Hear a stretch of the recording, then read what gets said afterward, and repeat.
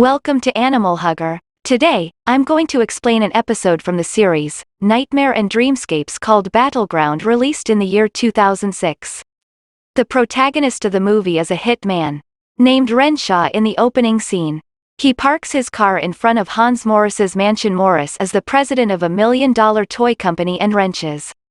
Next target. He is in the storeroom, looking through the shelves of toys until he finds the one he's looking for, a green fairy. He brings the toy to his study room and stands by the window. Renshaw sees him through it and gets ready to execute his plan. He loads his gun and puts on a face mask, so the cameras won't capture his face. Then, to trick the security guard at the entrance, he uses a phone as bacon. A countdown starts on the phone. The guard panics and rushes outside to throw it away. Taking the opportunity, Renshaw attacks him and shoots him dead. The silencer to his gun suppresses the noise of the gunshot, so Morris wouldn't be alerted. Then he steals the keys from the guard's uniform and walks into the security room with no trouble. After disabling the CCTV cameras, he confidently takes his mask off and walks to the study room. On his way, he comes across another security guard who he kills with little to no effort. Following that, he walks into the room and kills Morris with 2 bullets to his chest and 1 to his forehead.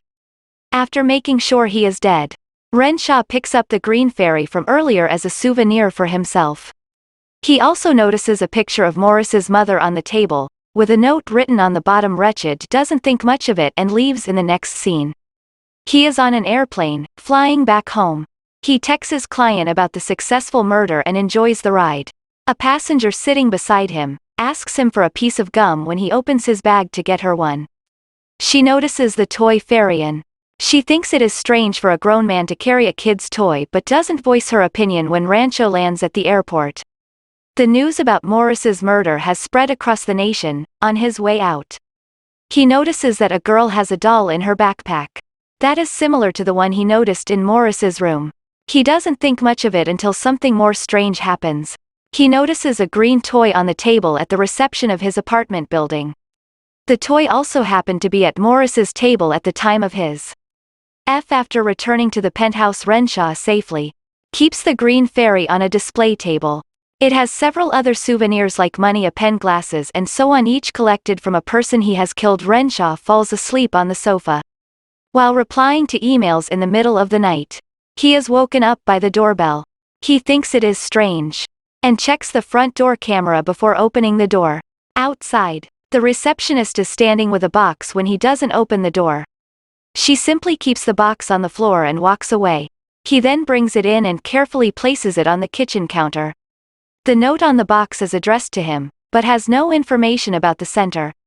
However, there is a signature on the bottom that looks awfully similar to Morris's mother's signature that we had seen in the photo frame. On the night of his death, Renshaw deliberates if he should throw the box away. Curiosity gets the best of him. He carefully opens the wrapper and finds a box full of toys. It has been sent from Maurice's company and says that there are bonus surprises inside. At first, Renshaw checks the box to see if it is a trap when he finds nothing of such sort. He opens it and sees plastic soldiers, guns, and tanks. He brings out one of the toys and inspects it but finds nothing suspicious. Later, the box drops off the SIR by itself. Renshaw clearly remembers it not being on the edge, so he goes closer to check. To his utter surprise, the toy soldiers from inside the box are missing. Then more strange things start happening around the house. The curtains move on their own and the lights switch off suddenly on checking. All realizes that someone cut the cable to the lights. All of a sudden, a soldier from below the table stabs his toes with a sharp gun. It is clear to Renshaw that the toy soldiers from the box do this. When he bends down to check, they start firing at him. Although the bullets only do in little harm, he retreats in shock and fear. Soon, they hit him with an explosive that burns his pants. Renshaw registers that the soldiers are tiny, but very dangerous as they continuously fire at him.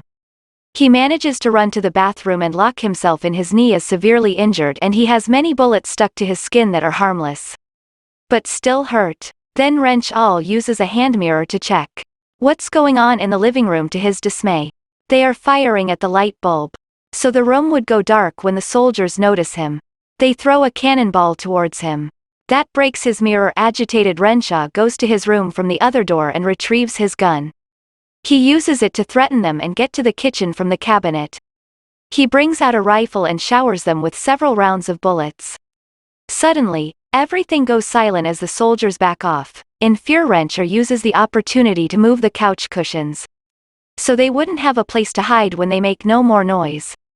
He flips the entire couch over and sees their dead bodies lying beneath the surviving ones. Help the others and get them on a jeep. Renshaw watches in awe, not being able to believe his eyes when he registers that they're about to run away. He steps on as many soldiers as he can. Some continue firing at him, but when Renshaw shoots them, the vibration from a single bullet knocks them out. However, the attack doesn't stop there. 3 army helicopters emerge from under the table and launch towards him. They attack him with a cannonball, but he somehow dodges it yet. They overpower him by showering him with missiles. Renshaw quickly rushes to his bedroom and locks himself in. He looks into the mirror and is horrified to see many cuts, bruises on his face. He puts alcohol on it and dresses the wound to his best before he knows it.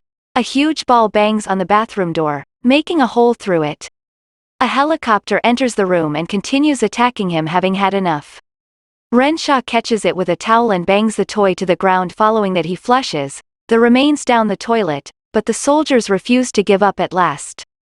He drops a plugged-in hairdryer into the water, and finally kills them. He decides to spend the rest of the night in the bathroom where his safety is ensured later.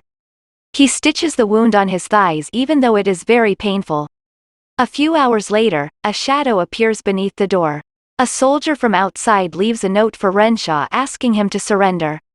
The man is amazed by the toy's smartness. He in turn writes, "Screw you," on the paper. When he goes to put it back, he realizes that it's a trap. A group of soldiers with tanks are ready to fire at him. The impact makes many more holes in the door, leaving Renshaw in the range of fire to save his life. He climbs outside the window, but can hardly escape from the 14th floor of the building. He somehow manages to carefully walk towards the balcony, but just then another helicopter attacks him because he is on the edge. The soldiers are away from pushing him off. At that very moment, Renshaw fires a single shot that crashes the helicopter. When he gets back on the balcony, he finally sighs of relief. Inside, more soldiers are pointing the cannon at the window, waiting for him to return a while later. He thinks of a plan. He distracts the soldiers using a rubber duck in the swimming pool. Then he attacks them with a fire extinguisher from the other side as they try to run away. Another group of soldiers catches his attention. They circle around him on a jeep while firing repeatedly. Renshaw uses a lighter and a spray to create a flamethrower and burn them alive. He even gets a knife and chops their bodies into pieces out of anger. Following that, he returns to the group that is fighting the fire extinguisher and smashes them with a box. At last, all the soldiers are killed. Renshaw lies down with the burnt plastic and was it around to make sure all of them are dead. He counts them and matches them to the number on the box. When the numbers match, he is finally relieved, but he forgets to consider the bonus surprise that was written on the back of the box. He drinks and takes a swim to relax. Suddenly, someone cuts his wrist from inside the water. He instantly comes outside and sees that he needs immediate stitching. He uses a needle and a thread and stitches the cut to the best of his abilities. Then he decides to leave the penthouse. So the remaining hears what and attack him again.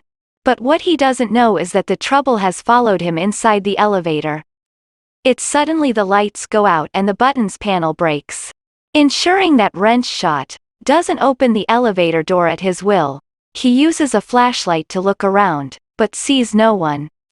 When the panel flashes again, he notices a single commando inside it. A toy runs out of the elevator through a missing ceiling panel as Renshaw follows him behind. He notices that Thier is stuck and he has no way to escape. As a last resort, he jumps on top of a second elevator. He removes a ceiling panel and enters inside, happy that he is finally safe. But his happiness doesn't last long when he realizes that the commando has followed him inside. The toy uses a knife to stab Renshaw repeatedly, but because of the size difference, it does him little to no harm. A wrench-off then catches the commando and puts him in between the elevator doors. The doors crush his head. Killing him at last. Renshaw smiles at the toy's headless body, but soon discovers that it is attached to an explosive. The bomb detonates, killing him in the process. We see a sticker attached to the toy box that says the box consists of a commando and a thermonuclear weapon as bonus gifts somewhere else. The stolen toy fairy moves on her own.